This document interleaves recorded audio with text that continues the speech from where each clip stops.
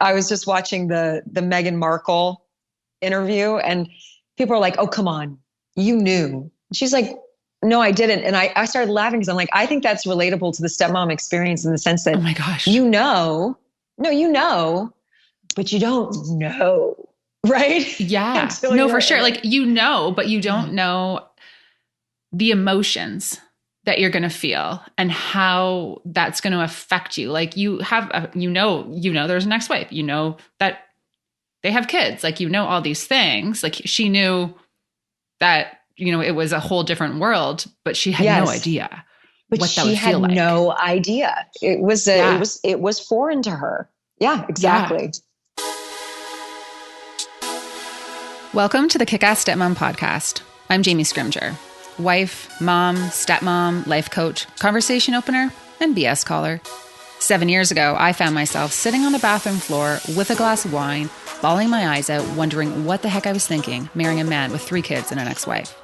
Don't get me wrong, I was madly in love, the kids were great, but as a 26-year-old with zero experience in the parenting department, I was in over my head. When I went to the internet for support, I was disappointed with what I found. So I decided to create the type of support that I was looking for. Raw and real conversations about all things motherhood, stepmotherhood, and living a kick-ass life. Life can be hard, really freaking hard. But each week I'll bring you tips and strategies and mindset shifts to help you thrive amongst the tough stuff in life. My goal is to inspire you to live your version of a kick-ass life. I'll bring you along as I create my own. Let's do this. Hello, hello. Welcome back to the podcast, or welcome to the podcast. Guys, this episode, I'm just going to say, wow. It is a powerful one. It is truly, truly powerful. A while back, celebrity trainer Kit Rich sent me an email about a video that I had done on YouTube titled, What I Wish I Knew When I First Became a Stepmom.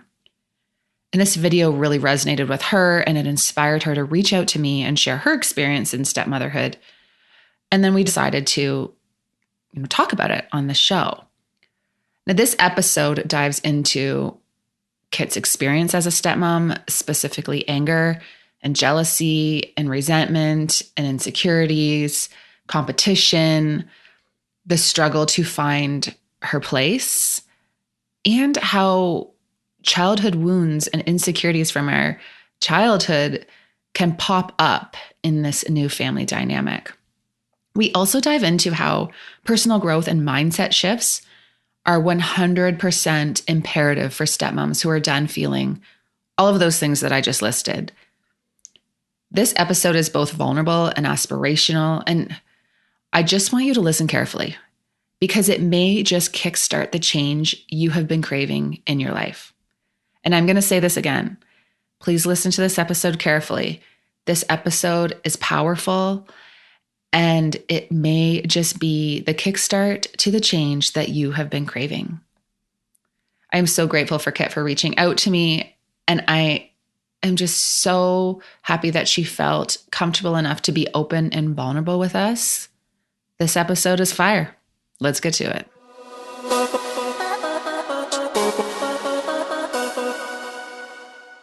Tell me about you and your family. Like, give us kind of the lowdown on that. Well, my husband and I have been married for just over a year, but we've been together for about 6. And when I met my now stepdaughter, she was 2 years old. Yeah. We have 50% custody, but it's a very fluid relationship. My stepdaughter's mom only lives a few miles away. And so we do shared dinners. Sometimes we even go on vacation together. Mm-hmm. And sometimes, the mom needs help. So we take, I'll call her. Are we allowed to use names? Can I say my stepdaughter's name? Okay. If you feel comfortable. yeah, for sure. So sometimes we take Iris, or if we need help, sometimes her mom will take her more often. So it's just very fluid and easy. That's so good. And was it always like that?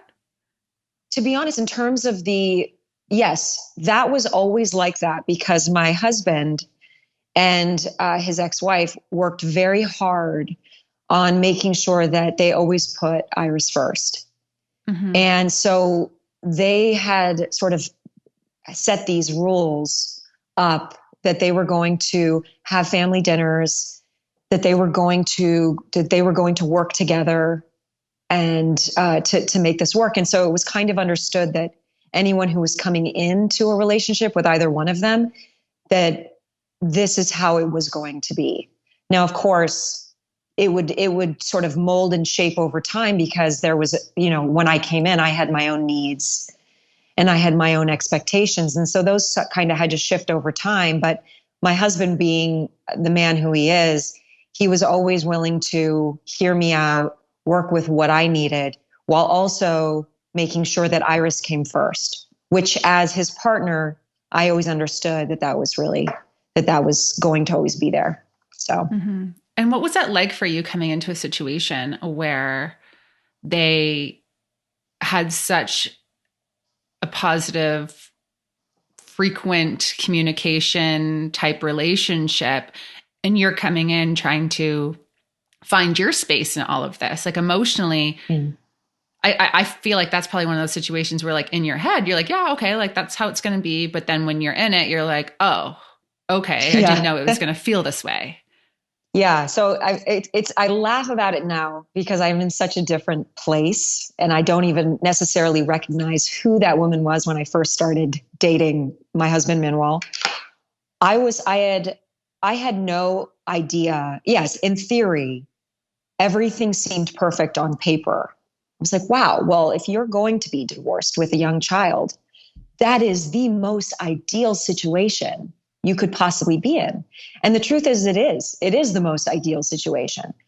But for me, as someone who, one, had never been divorced, didn't have children of my own, and I got into this, and I just didn't anticipate all of these feelings that were going to come up: jealousy, anger, resentment, judgment over their situation. And really, ultimately, I wouldn't say I was necessarily wrong for having all those feelings, because I think it's really natural to have those feelings. I mean, for the most part, no one goes into a relationship and anticipates being reminded of that person's past on a regular, right? Mm-hmm. I laugh when I hear people say, oh yeah, we don't talk about each other's exes.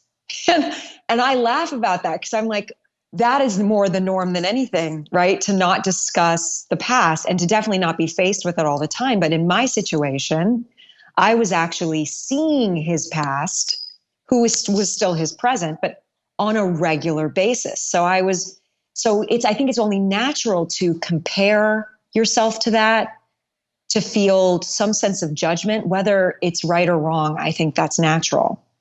I have to say that I struggled a lot at the beginning with that. At the same time, I really respected what they were doing. I knew it was the right thing. It was the right thing for their daughter. I knew it was the right thing for their relationship as co-parents and friends. But at the beginning, to be honest, I wasn't quite sure how that was going to work for me. That while I respected it, I wasn't quite trusting of myself to know if I could thrive in it, if that makes any sense. Mm-hmm. And what was the most challenging thing for you with that? I'm a very strong personality. I think a lot of women are. And a lot of women want to feel that they have their place and their voice is heard, and that they have a stake in it, and that they don't feel like an outsider. Mm-hmm. Right. And for me, as such a strong personality, when I came into this, you can't help but feel all those things at times.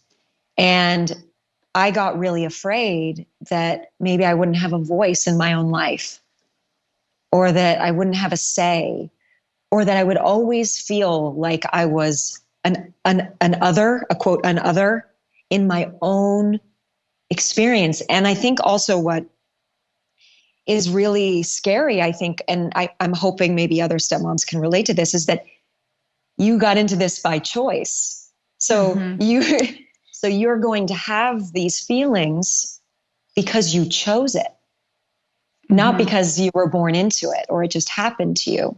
So that was what I was feeling at the very beginning. But so much of it had to do with the fact that I did not trust myself yet.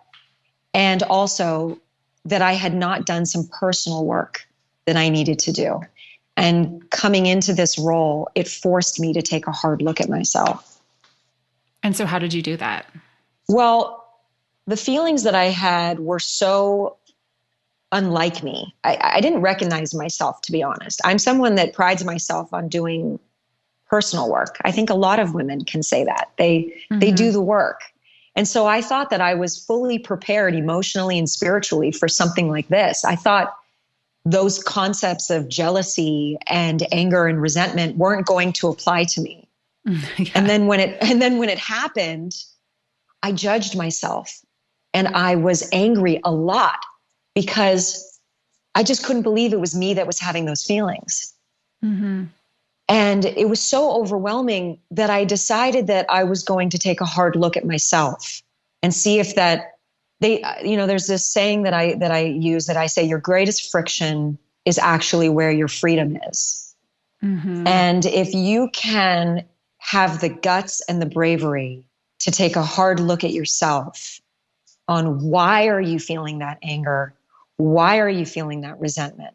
And in my case, this is not the case for everyone, but in my particular case, it had a lot to do with my own feelings of inadequacy, my own feelings of unworthiness, and due to sort of childhood experiences of always feeling like the other. And even more specifically, in relation to my father, that no matter what I did, I would never feel like I belonged. And no matter how hard I worked at something to be loved, that I was always going to feel like an outsider and I was never going to fit in. And so I think it's no surprise that in some sort of unconscious way that I chose this path in my life, that I chose to have an experience where I could find unconditional love in what would be deemed as a conditional situation, if that makes any sense.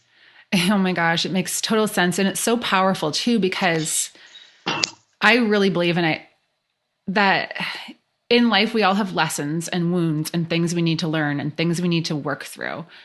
And we find ourselves in these situations over and over and over again.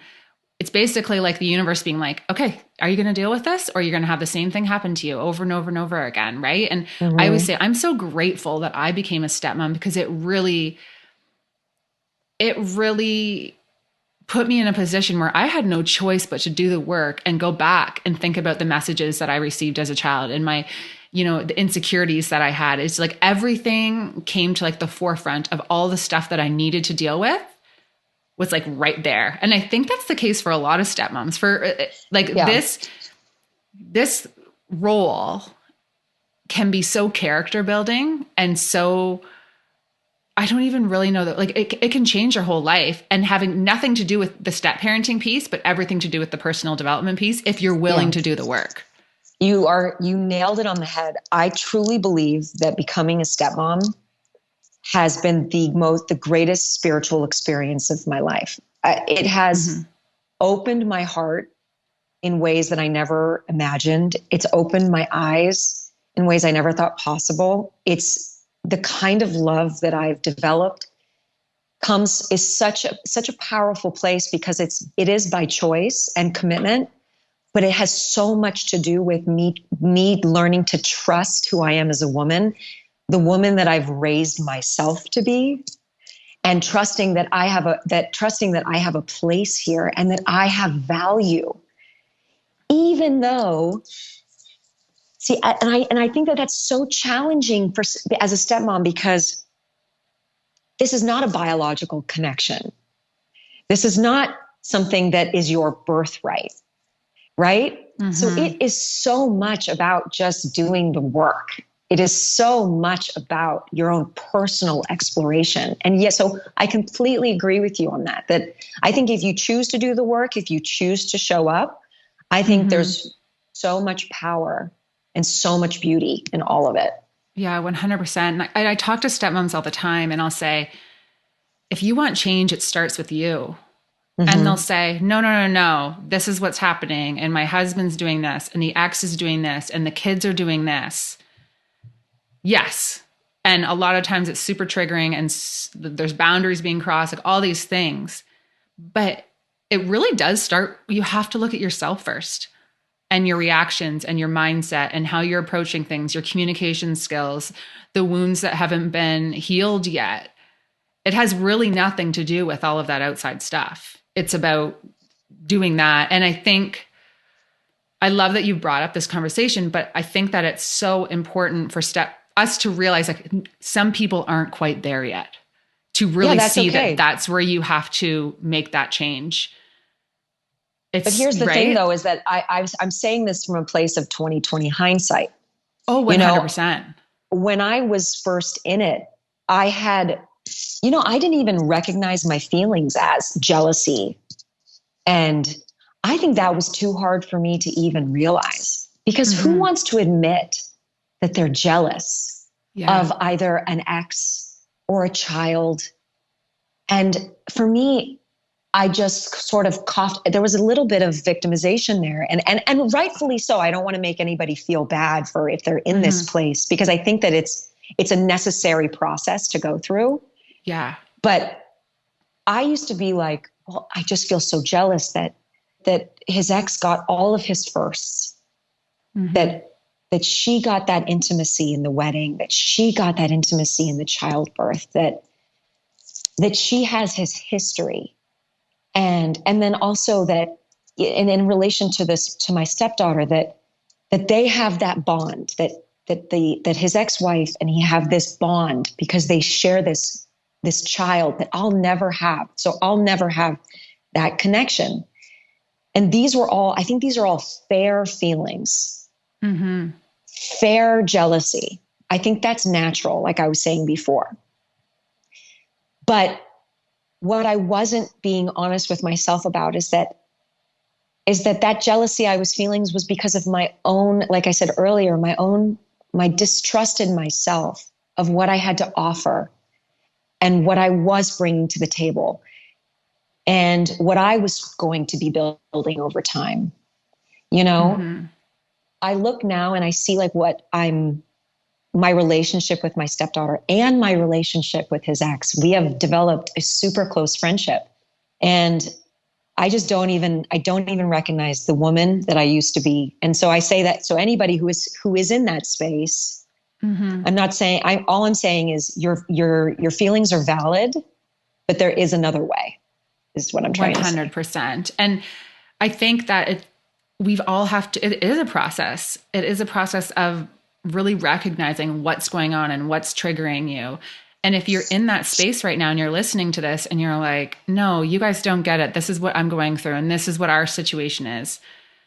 Every situation is different, but just hear this, and you may not be fully ready to hear it, but just still try to hear it, right? Like just from people who have gone through it and come out the other side. Because Darren and I talk about, even right now, we are in probably one of the most stressful times in our step family life and co-parenting and, court and all the things. And we could not have survived what we've gone through in the last 2 years. Well, we probably would have survived, but it would have been a hell of a lot different than it is now. Like just the way we deal with these situations now versus 7 years ago.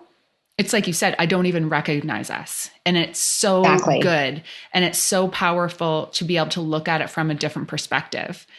Because a lot of times in step family life, everything still is going to stay the same. There's a lot of things we don't have any control over. And that dynamic isn't going anywhere. It's how you perceive it. And just that personal growth, it's like, holy shit, nothing has changed, but everything has changed. I think for me, for the longest time, if I'm just being brutally honest, I was seeking so much validation. I needed some sort of validation. And again, this goes back to my childhood of seeking that kind of unconditional love. But for the longest time, I didn't feel validated in my situation. Don't get me wrong. My husband was always validating me, but I was seeking it in the places that I think are unfair to those involved. I was seeking validation from his ex-wife.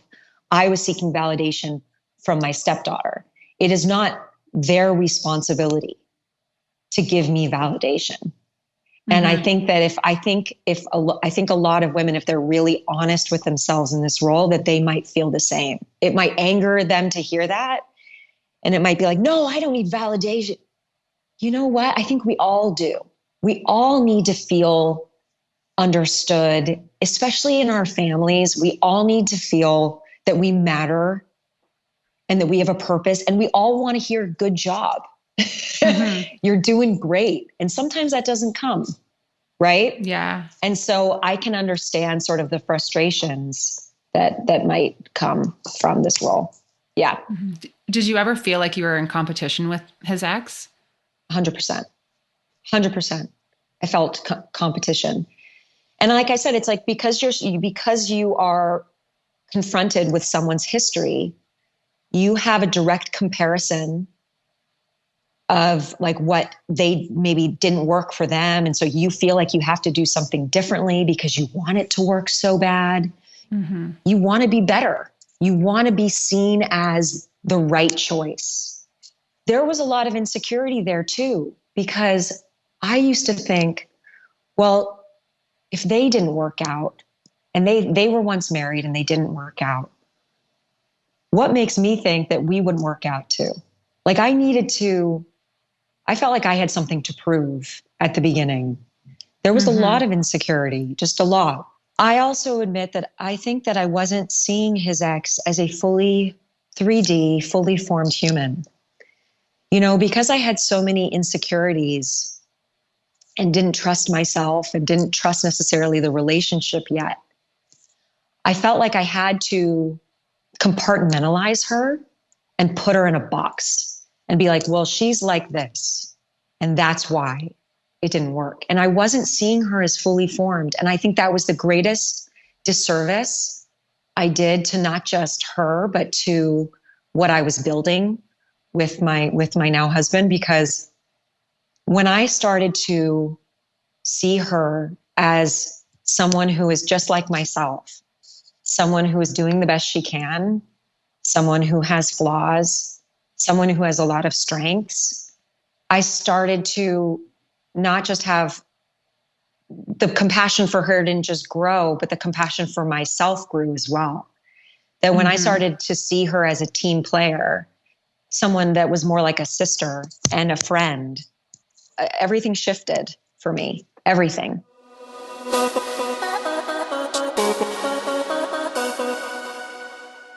If you're a stepmom, chances are it's been challenging. You've experienced emotions that you didn't see coming. You've felt like you have no control over your life, like you're good enough until you're not. Maybe you're not on the same page as your partner when it comes to kids and the ex. Maybe you're triggered by the ex. Maybe you feel helpless because you want to protect your partner, but you're learning that you can't fix what you didn't break. Stepmoms often struggle to find their place. They find themselves in this place of competition and comparison and resentment, and feeling overwhelmed. I'm not trying to be negative. I hear this from stepmoms every single day. I've also felt this way myself, until one day I made the decision that this was not going to be my life. Chances are you don't want to feel this way either, but you don't know where to start. That's where I come in. I created a guide for stepmoms who are craving change. It's an audit on your stepfamily life with 16 questions that I think that every single stepmom should ask themselves. If you answer the questions honestly and give this audit the time and attention it deserves, it will kickstart change that you're looking for. You can download it via www.jamiescrimger.com/stepmom audit. When you do, I'll send you the links for some other free guides too. I've got the secret to improving your stepfamily life and how to co-parent with a high conflict ex. Again, get your copy at www.jamiescrimger.com/stepmom audit.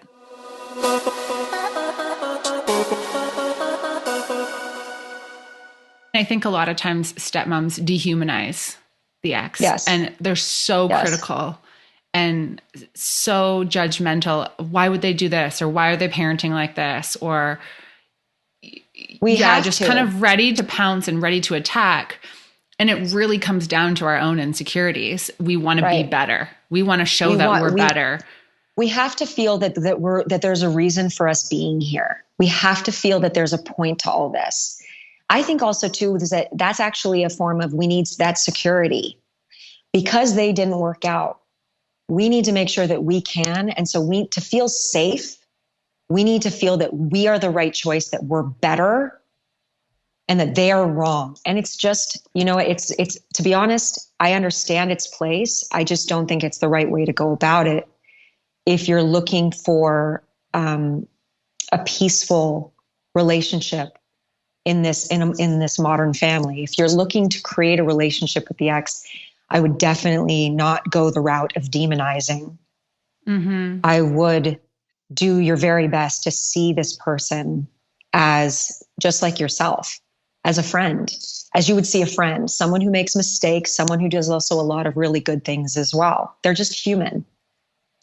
Yeah. And when you give them permission to be flawed, you are ultimately giving yourself a little bit more leeway too. And Exactly. it becomes just this safer space. This one time, I feel that I really messed up with Iris. And I think any stepmom can relate to this, that when you mess up with your stepchild, you feel like double the guilt. Because not only do you feel that you messed up with her, you messed up with the whole sort of system in place, that you're going to get in trouble across the board, right? Mm-hmm. But I remember I took a real risk this one day, and the risk in the sense that I could have been completely rejected. But I felt like I really messed up with Iris. I lost my cool. And I needed help. And honestly, I needed someone to just talk to about it who understood my situation. And for whatever reason, I got the guts to call her mother. And I called her mom and I said, "Hey, do you have a few minutes?" She's like, "Yeah, what's wrong?" And I told her about how I had messed up with Iris. And honestly, she could have totally rejected me at that moment. She could have been like, "How dare you with my daughter?" She did I'm going to get emotional talking about it because it was a real breakthrough, but she did the complete opposite. She was like, I think she felt that she felt grateful to be to know about what was happening with her daughter when her daughter wasn't around. She felt grateful to feel that I could come to her. And she welcomed me with open arms. She said, "Kit, I mess up too all the time. And I need you to be human with her. I need you to make mistakes and apologize later, because that's how Iris is going to learn to mess up and figure out how to rectify situations. That only in those situations can she become a better person." And she even went so far as to say, "Is like, I'm so grateful that you are there for her." And it was just it was a really eye-opening experience for me. And it really was a breakthrough for both of us.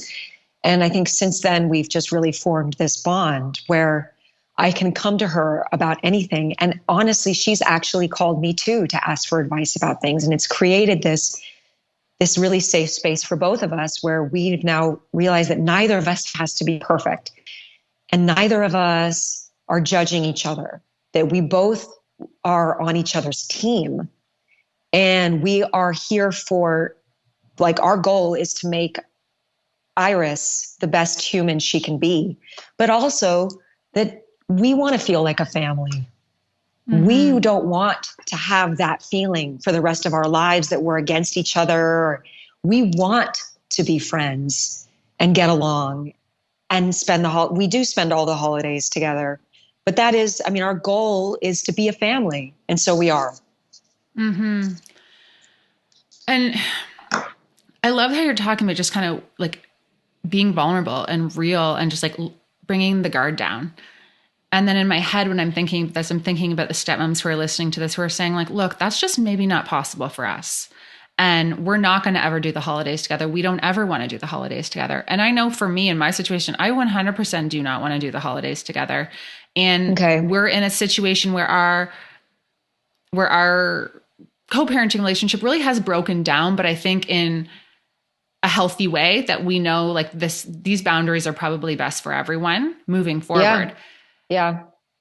But I still want people to hear what you're saying, because you can still do all of the things that you're saying and that you're sharing and not be celebrating holidays together and not be best Oh friends. yeah. Oh And yeah. I just want to make sure people hear that, because Oh you my can gosh. I can only humanize, imagine. Yes. I can right? only Like, imagine that I probably sound obnoxious to a lot of no, you people. don't And sound obnoxious at all. But whenever I'm interviewing someone or whenever I'm having conversations, I'm always thinking about all of the different people and the different step family dynamics. And it's like, what's best for one step family may not be the like good thing for another. And, there really is no one size fits all approach. However, all this personal growth and this reflection that you're talking about, I want to make sure that people don't turn off and say, well, this doesn't apply to me, because it does. Just because the dynamic looks different doesn't mean that this process isn't important and important for everyone. remember too, I mean, so much of this has to do with the fact that I did the work on myself. I mean, it takes a lot of bravery to be vulnerable. It takes a lot of, for me to say, I messed up. And for me to call her mother was actually a lot of self empowerment, because I was taking a risk. Remember that. She could have rejected me, and I was fully prepared for that. It was almost like the outcome didn't matter. It was that I trust who I am and where I am in my life, that I'm willing to make mistakes and I'm willing to be vulnerable and be okay with whatever happens. That I'm trusting my role in all of this. I'm lucky in the sense that the person I chose to call, who happened to be her mother, welcomed me in. I understand that that's a unique situation. I guess why I'm bringing that up, though, is that I'm hoping that if for whatever reason there is someone out there that feels like they would want to try that, that maybe that could work, that maybe, I don't know. I'm just offering an alternative is all I'm saying. For sure. And I think it's just important for everyone. Like I say it all the time, and I try to come up with different ways to say it, because it does come back to you. And what I love about what you're saying about being vulnerable and just saying, like, you weren't doing that because you were looking for validation from her. No. You were literally just putting it all out there. And I think sometimes that's where the stepmom and ex-wife dynamic gets kind of messy, because you extend that olive branch thinking that this is what's going to happen and you're going to be able to create this relationship. And sometimes people aren't in the place to have that type of relationship. And you do get, you do get shut down, or maybe you don't get the validation you're looking for. But I think what's important to remember is that you had done so much work on yourself and letting your guard down that was okay. And you were prepared for that. This wasn't about you seeking anything from her. This was about you and your process. Exactly. When you look back on becoming a stepmom, what do you wish you would have known? Because I know that was one of the things that really stuck to you. I have a post on all the things I wish I would have known before I was married a man with kids, or what you need to know. What do you wish you would have known? I wish I would have known how important it was to see it from the perspective of the child. That it is like, when I'm as a stepmom, like for so many years, I could only see it from my own perspective. And I think that's fair, because that's what you're working with. But when I started to see it from the perspective of the child, my view changed completely. When I started to pull the lens back and see it from the perspective of my husband, or even the ex-wife, my lens started to change. I wish I had known all of those feelings that I was going to feel. I wish someone had better prepared me for that. I applaud you for putting stuff like this out there, because I don't think there's enough of a support system for stepmoms. Usually we're in hiding, and we have a lot of shame around talking about our feelings. We're not often given permission to talk about it because it's so taboo. and we're seen in such a negative light for the most part. I know there's a lot of change happening, but for the most part, we're not seen in a very good light. I was watching this video the other day where they were the father and the stepfather were having this really beautiful conversation. And the stepfather said, when I met my stepson, I said to him, "You're not my stepson, you're my son." And I read all the comments and the women were swooning. They were just like, "Oh my God, what a guy to do that."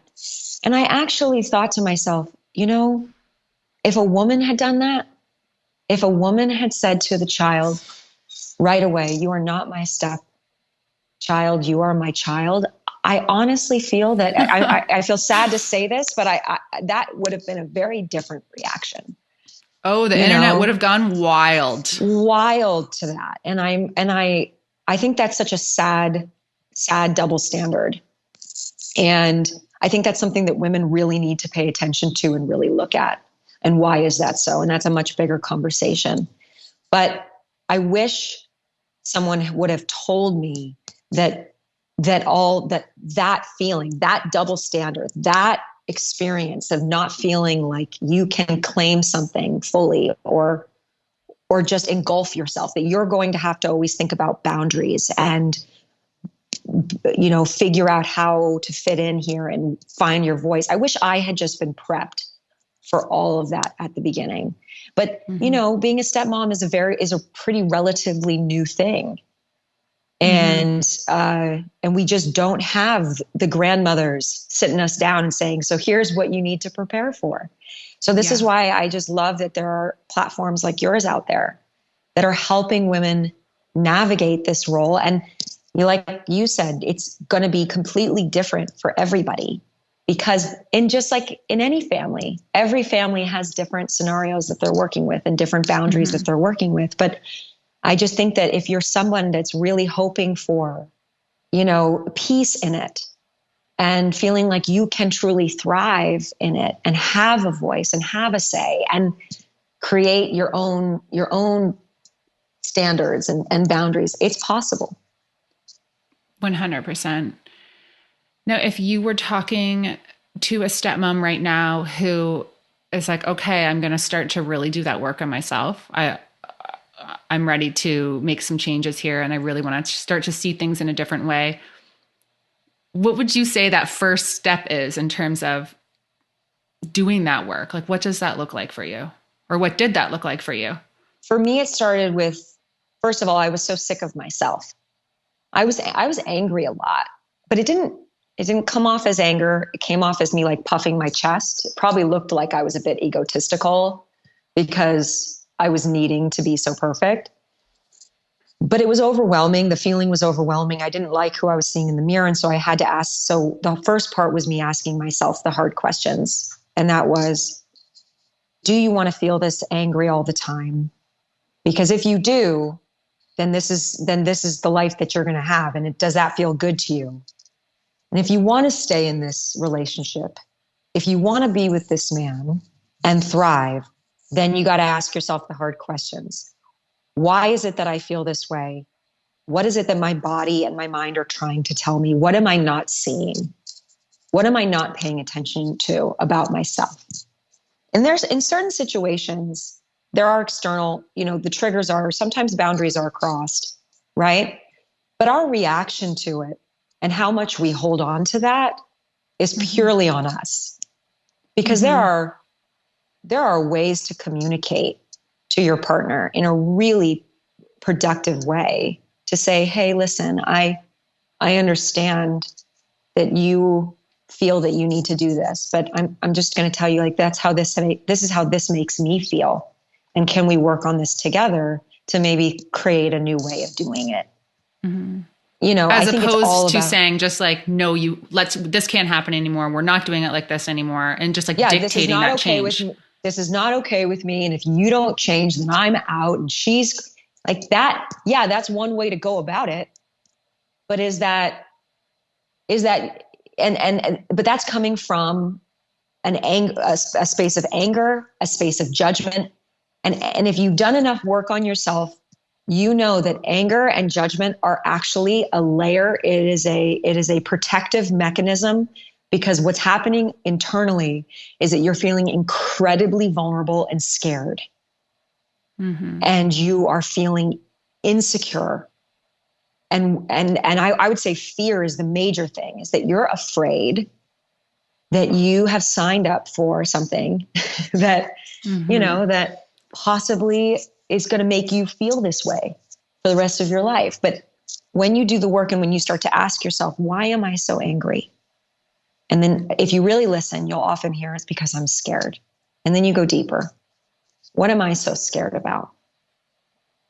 And if you go even deeper, oftentimes that answer is that I'm just not enough in this, and that I don't have a voice, and that I'm not worthy, and then once that comes to the surface, then it's up to you to decide what to do with that.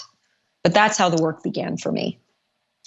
Yeah. And I think that's how the work begins for everyone. You have to get to a point where you're like, I'm just sick of myself right now. I'm not going to feel this way. Okay. Like, this is not how I want to feel. This is not how I want to live my life. Right. And then it goes from there. I did a podcast episode earlier today, and one of the things that she said on the episode was like, this, you choose this every day. Yeah. Like every relationship, even a marriage, you are choosing every single day to be there. And it's you can choose and you can unchoose. And it's very, very true. Like, you're choosing this. So how are you going to choose to proceed? Like, what's that going to look like? Or are you going to choose different? Like, you do have so much more choice than you really. People say, I have no choices as a stepmom. No, you have a lot of choices. There's a lot of things that you don't have any control over, but you have a lot of choice. And sometimes you get so focused on all the things that you don't have control over that you forget what you do. It's probably, like I said earlier, it's one of the most spiritual experiences you can have. The power of choice has power. And you're right. What are you going to do with that? And so then you get to choose how you're going to see things, how you're going to act. You won't always get it right. You're going to mess up. Mm-hmm. Right. But then you try again, and then you just keep trying again. And then one day you wake up and you realize that your perspective and your view looks very different. Now, I will say this. It does help that I have the right partner, right? 100%. I would say that if my husband was not being receptive to me, if he was not listening to me and hearing me, and if he was not as respectful as he is, I can't honestly say that would work. But if you're in the marriage that's worth it, right? Then yes, do the work and make the choice. Mm-hmm. Oh my gosh, this has been so helpful. Thank you so much for this conversation. I feel super understood by you. I feel super moved by you and inspired. And I'm just so grateful that you reached out. Like, that to me is just. Can I say one more thing about the word stepmom? Oh yes, 100%. I know people hate the term stepmom, and they use bonus mom, and they use which is all great. Choose what you want. That's to go back to what we were talking about. Everything is about choice, right? So you get to decide what you want to be called. I love the term stepmom because it's such an active word.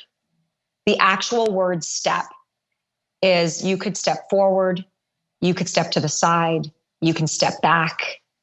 It's so active in it's by definition that it's something that should remind stepmoms that this role is ever evolving.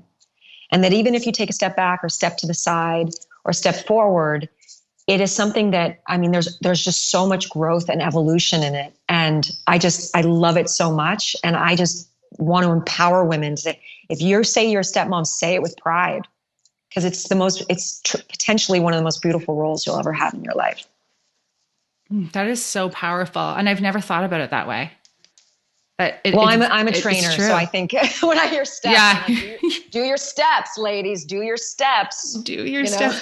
Yeah. And speaking of all the things you have going on, tell us a little bit about what you do. You are on YouTube, you are a trainer, you have so much going on that can be such a great value for all of our listeners too.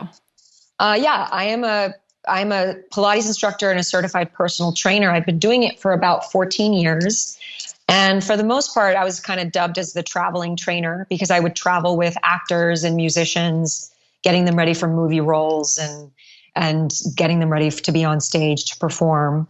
But now I sort of, since the pandemic, I've started a YouTube, so you can find a bunch of my videos on there.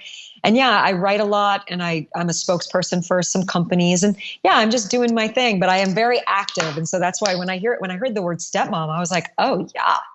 This works for me. So I'll link your YouTube channel and stuff. Your videos are great. Your workouts are amazing. Definitely inspire me. So thank you so much.